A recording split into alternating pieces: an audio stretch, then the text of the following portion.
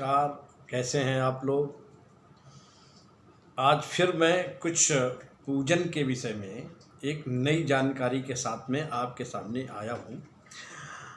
मैं आपको एक बात बता देना चाहता हूँ कि अगर आप हमसे बात करना चाहते हैं और मेरा नंबर चाहते हैं तो कृपया आप मेरी टेलीग्राम आईडी पर जाएं, वहां आपको मेरा नंबर मिल जाएगा और आप मेरे से बात कर सकते हैं। देखिए, आज मैं पूजा के विषय में थोड़ी सी बात कर रहा था। वैसे तो ये चल रहा है कलयुग। कलयुग में भगवान का नाम किसी भी समय, चलते फिरते उठते बैठते, किसी भी समय आप अगर भगवान का नाम लेते हैं तो वो मंगल करने वाला ही है। लेकिन यहाँ पर भाव से और कुभाव से, जैसे भी आपका मन परमात्मा में लग जाए, किसी भी प्रकार से आप भगवान का नाम लेते हैं और उसी प्रकार आपका मन में अगर अच्छा भाव बन जाता है, उस समय जब आप पूजन करने बैठते हैं या पूजन कर रहे होते हैं या आप भगवान का नाम ले रहे होते हैं, तब तो और चार चांद लग जाते हैं। भगवान का चिंतन करना, भगवान का ध्यान करना, चलते फिरते पूजा करना, दिन में एक बार भी भगवान का अगर चिंतन हो जाए तो वो बहुत ही लाभकारी होता है। देखिए, 9 प्रकार की भक्ति कही गई हैं। श्रवणम, कीर्तनम, विष्णु स्मरणम, पाद सेवनम, अर्चनम, वंदनम, दास्यम, सख्य, आत्मनिवेदनम। किसी भी प्रकार से 9 भक्ति में कोई भी एक भक्ति हो जाए, भगवान के प्रति आस्था हो जाए, भगवान के प्रति समर्पण भाव हो जाए, भगवान का चिंतन हो जाए, भगवान का नाम लेने लगें, किसी भी प्रकार से अगर आप दिन में रात में कभी भी पूजा करें, चलते फिरते भी करें, तो भी वो कल्याणकारी है। अब लेकिन मैं आपको जो पौराणिक विधान है, जो उसमें आया है, मैं आज उसकी चर्चा आपके सामने कर रहा हूँ। देखिए, उसमें आपकी बाध्यता नहीं है, जैसा आपको उचित लगे वैसा आप कर सकते हैं, लेकिन जो पुराणों में पूजन के विधान बताए गए हैं, मैं वैसा आपके सामने आज बता रहा हूँ। देखिए, 12 बजे रात्रि से लेकर के 1 बजे रात्रि का जो समय 1 घंटे का है, वो ना ही तो उस समय पूजा करनी चाहिए, ना ही स्नान करना चाहिए। ये समय भगवान के विश्राम का होता है। लेकिन नवरात्रि और शिवरात्रि या कोई विवाद मांगलिक कार्य है, ऐसा कोई समय है, उस परिस्थिति को छोड़ करके बाकी अवस्था में रात में 12 बजे से 1 बजे रात तक का जो 1 घंटे का समय है, उस समय ना ही तो पूजा करें और ना ही स्नान करें। सबसे उत्तम पूजा, आकाश में तारे दिखाई देते रहें, आपकी पूजा समाप्त हो जाए, नंबर 1 पूजा। नंबर 2, भगवान सूर्य ना निकलें, आपकी पूजा समाप्त हो जाए, नंबर 2। और नंबर 3, ब्रह्म मुहूर्त बना रहे, आपकी पूजा समाप्त हो जाए, ये नंबर 3 पूजा है। देखो, एक बात और है, जब आप अपने बिस्तर को छोड़ें तो जो व्यक्ति धरती के पैर छू करके नर्मदा नदी गरुड़ कहता है, तो सर्प उसके मित्र बन जाते हैं, कभी जिंदगी में उसे काटते नहीं। इसके बाद में यहाँ पर शौच की व्यवस्था बताई गई है कि शौच करने में आपका मुंह, वैसे तो जो नियम है वो दिन में उत्तर की तरफ हो और रात में दक्षिण की तरफ हो, लेकिन जहाँ कहीं भी जैसी भी स्थिति हो, वैसे भी घर में ऐसी व्यवस्था करें कि उत्तर या दक्षिण बैठने का ही मुंह होना चाहिए, ये शुभ माना जाता है। इसके बाद में स्नान करने की बात आती है।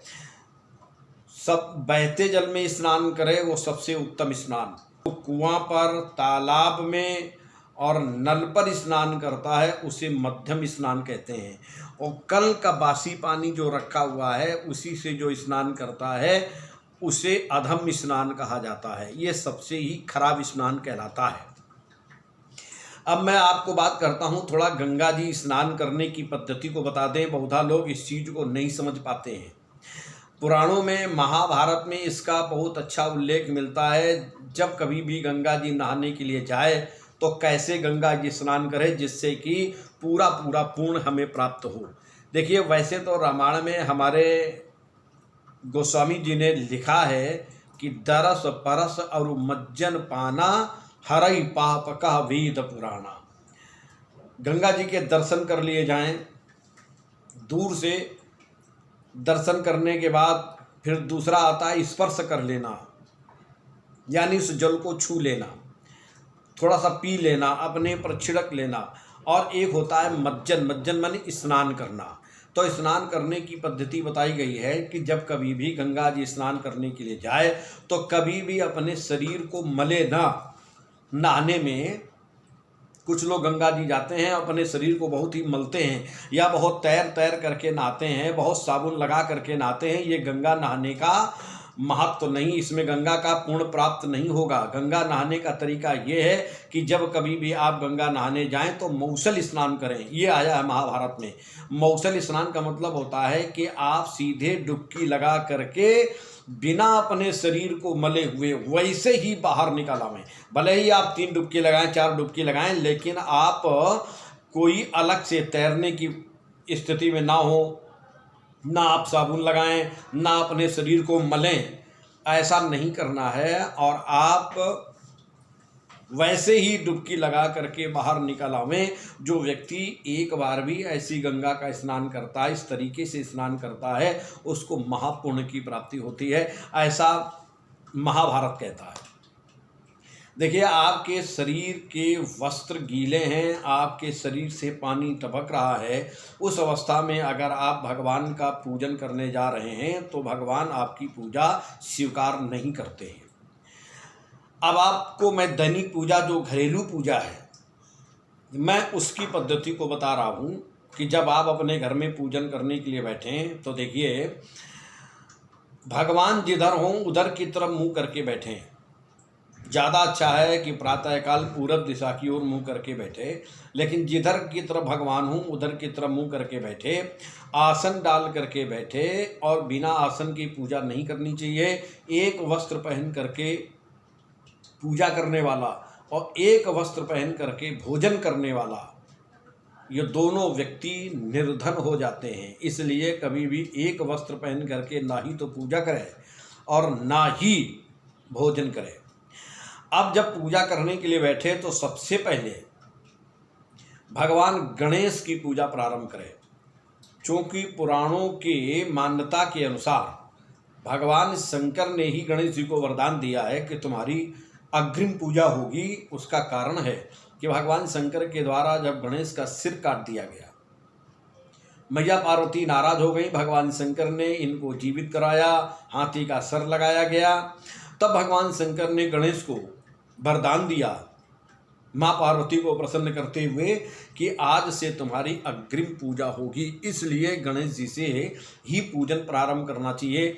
एक घर में 2 गणेश की पूजा, एक घर में 2 शिवलिंग, एक घर में 2 शालिग्राम, एक घर में 2 शंख, इनकी पूजा एक साथ नहीं की जाती है, याद रखना।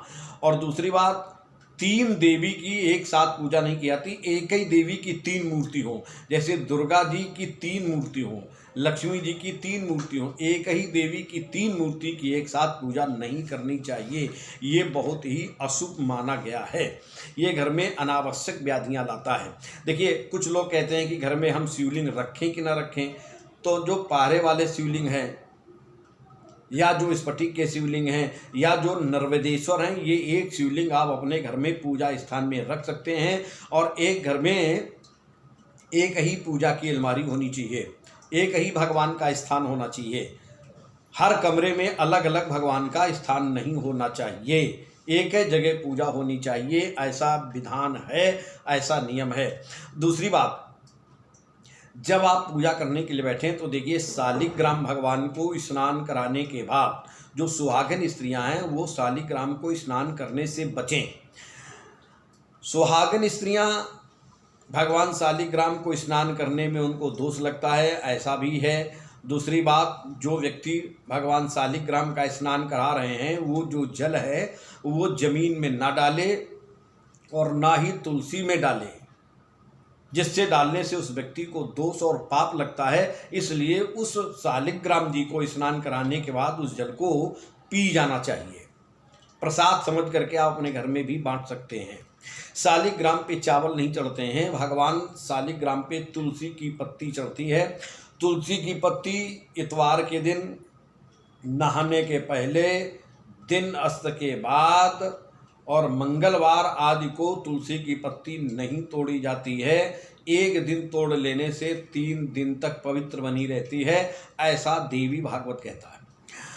अब भगवान शालिग्राम पे तुलसी की पत्ती चढ़ावे, लेकिन दूसरे दिन जब स्नान कराने बैठे तो पहले दिन की चढ़ी हुई तुलसी की पत्ती को खा लेना चाहिए, वो बहुत ही लाभकारी होती है। भगवान के चंदन लगावे, तुलसी की पत्ती लगा, तुलसी की पत्ती चढ़ावे, इसके बाद में भगवान पे फूल चढ़ावे। देखिए मैं आपको बता दूं कि बासी फूल भगवान को नहीं चढ़ाने चाहिए। जो आप स्वयं तोड़ करके एक दिन पहले लेकर के आए हैं वो बासी फूल भगवान पर नहीं चढ़ेंगे। अगर माली के यहाँ से लेकर के आए हैं या माली लेकर के दे गया है, वो बासी फूल चढ़ाने में कोई दोष नहीं है। अब आपको मैं एक बात और बता दूं, जब फूल आप भगवान पे चढ़ाएं तो कभी भी फूल को धो करके नहीं चढ़ाना चाहिए। गीले फूल भगवान को स्वीकार नहीं है और ना ही भगवान पर उल्टा फूल चढ़ाना चाहिए। बहुत से लोग भगवान पे उल्टा फूल चढ़ा देते हैं, ऐसा नहीं करना चाहिए। जैसा डाली में खिलता है वैसे ही फूल भगवान को चढ़ावे। इसके बाद में भगवान की धूप बत्ती करे, भगवान की आरती करे। आरती करने के बाद में जो व्यक्ति उस आरती को जमीन में रख देता है, माँ पृथ्वी ने 12 भगवान से, जब 12 भगवान ने धरती का उद्धार किया है, उस समय उन्होंने वरदान मांगा था कि कोई भी व्यक्ति आरती करने के बाद में उस आरती को जमीन में ना रखे। तो जो व्यक्ति आरती करने के बाद भगवान की आरती को जमीन में रख देता है, उस व्यक्ति को भी बहुत बड़ा पाप लगता है। इसलिए उस आरती को किसी लकड़ी आदि पे, किसी प्लेट आदि पे उस पर रखना चाहिए। जमीन में आरती नहीं रखी जाती। भगवान को फिर भोग लगावे। जब भगवान को भोग लगावे तो देखिए भोग लगाने का तरीका ये है कि बहुत गरम गरम भगवान को भोग नहीं लगाना चाहिए। दूसरी बात, भगवान को बहुत थोड़ा भी भोग नहीं लगाना चाहिए। और नंबर 3, भगवान को बहुत जल्दी भी भोग नहीं लगाना चाहिए। ऐसा ये 3 इसमें भगवान के भोग में दोष बताए गए हैं, इसलिए इनको ना करें। गंगा जी का तो बहुत बड़ा महत्व है। नंदिनी नलिनी सीता मालती चे मलापहा विष्णुपादाब्ज संभूता गंगा त्रिपदगामिनी। गंगा की 3 धाराएं हैं, एक आकाश गंगा, एक पाताल गंगा और एक धरती की गंगा। भगवान विष्णु के पैर के अंगूठे से प्रकट हुई ये माँ गंगा बहुत ही सिद्धदायिनी और परम पवित्र हैं। इनका अवश्य सेवन करना चाहिए। और अगर हो सके तो गंगा जल, देखिए जब आप जल लें तो सबसे पहले उसमें अगर हो सके तो थोड़ा सा पहले गंगा जल डालें, इसके बाद जल डालें। जो व्यक्ति जल में गंगा जल डाल देता है वो गंगा जी का महत्व समाप्त हो जाता है, वो जल ही हो जाता है। इसलिए पहले गंगा जल डालें, इसके बाद जल डालें तो वो पूरा गंगा जल बन जाता है। गंगा, अब देखिए 3 चीज़ों का विशेष ध्यान रखिएगा। तुलसी की पत्ती, शंख और गंगा जी का पात्र जिसमें आप गंगा जी को लेकर के आए हैं, ये तीनों को कभी भी जमीन में नहीं रखना चाहिए। इनको किसी अच्छे स्थान पर, किसी थाली में, किसी लकड़ी आदि पर ऐसी जगह रखना चाहिए। इनका अपमान होता है अगर आप इनको जमीन में रखते हैं। दूसरी एक बात, बहुधा जो लोग गलती कर जाते हैं, मैं ये भी आपको बता देना चाहता हूँ कि जो शंख है, लोग बजाते समय शंख को हाथ से पीटते हैं, इसके बाद शंख बजाते हैं। याद रखो कि शंख भगवान का मुंह है, तो आप अगर शंख को बजाते हैं तो मानो भगवान के मुंह पे तमाचे मार रहे हैं, इसलिए आपको पाप लगता है। कभी भी शंख को हाथ से पीटना नहीं चाहिए, ये आप विशेष ध्यान रखें। अब मैं आपको एक ऐसी पूजा बता रहा हूँ जिसमें एक भी पैसे का खर्चा नहीं, ना एक लोटे जल की आवश्यकता, ना किसी साधन की आवश्यकता, ना फल फूल मिठाई आदि की आवश्यकता, लेकिन उसका पूर्ण बहुत बड़ा है। वो कैसे? रामायण में भी गोस्वामी जी ने मानस पूजा का वर्णन किया है। आम छाह करी मानस पूजा, पीपर तर तर ध्यान जो धरई, जाप यज्ञ पाकर तरु करई, आम छाह करी मानस पूजा। मानस पूजा का बड़ा सुंदर सा यहाँ पर विधान बताया गया है। इसमें आप नहाए हों या ना नहाए हों, आप चाहें जैसी स्थिति में हो, ये मानस पूजा आप कर सकते हैं। कैसे करेंगे? आप जब कभी भी आपको मौका मिल जाए, आप आसन लगा करके बैठ जाइए। जहाँ भी हैं, आप बिस्तर पर हैं, आप ज़मीन में हैं, आप बाहर हैं, जहाँ भी मौका मिल जाए आप पंथी लगा करके यानी पद्मासन लगा करके जैसे भी आप सुखासन बैठ सकते हैं वैसे बैठ जाएं। आंख बंद करके, आंख बिल्कुल बंद न हो, आंख से नासिका के अग्रभाग को देखता हुआ या भौहों के मध्य को देखता हुआ थोड़ी सी आंख खुली हुई हो। ऐसे में आप भगवान का ध्यान करें कि भगवान का सिंहासन मेरे पास है। आप जिस देवता को मानते हैं, जो आपके इष्ट हैं, आप दुर्गा जी को मानते हैं, शंकर जी को, एनीबडी किसी भी देवता को आप मानते हैं, उनको आप सामने विचार करके कि मेरे सामने यह हैं, मैं इनका पूजन कर रहा हूँ, मैं अब इनको स्नान करा रहा हूँ, मैं अब इनको चंदन लगा रहा हूँ, बंधन लगा रहा हूँ, धूप बत्ती कर रहा हूँ, फूल हाथ चढ़ा करके धूप बत्ती आरती करके मैं भगवान को नैवेद्य लगा रहा। फिर आप अपने मन से जो भी लगाना चाहें लगा सकते हैं। और इसके बाद में भगवान को जल चढ़ा रहा, मैं भगवान की इस तरीके से पूजा कर रहा। तो जो व्यक्ति इस भाव से मानसिक पूजा करता है उस व्यक्ति को महापुण्य की प्राप्ति होती है। याद रखो, इसमें एक भी पैसे का खर्चा नहीं, कोई भी साधन की आवश्यकता नहीं।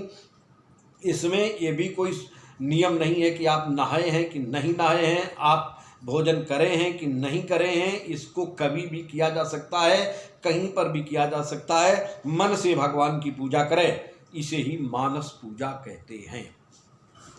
इस तरीके से पूजा का बहुत लंबा सा विस्तार आया है, बहुत बड़ी बड़ी बातें आई हैं, लेकिन मैंने आपको संक्षेप में यहाँ पर बताया है। अब अगली जानकारी के लिए मैं आपको अगले वीडियो में मिलूँगा। तब तक के लिए नमस्कार।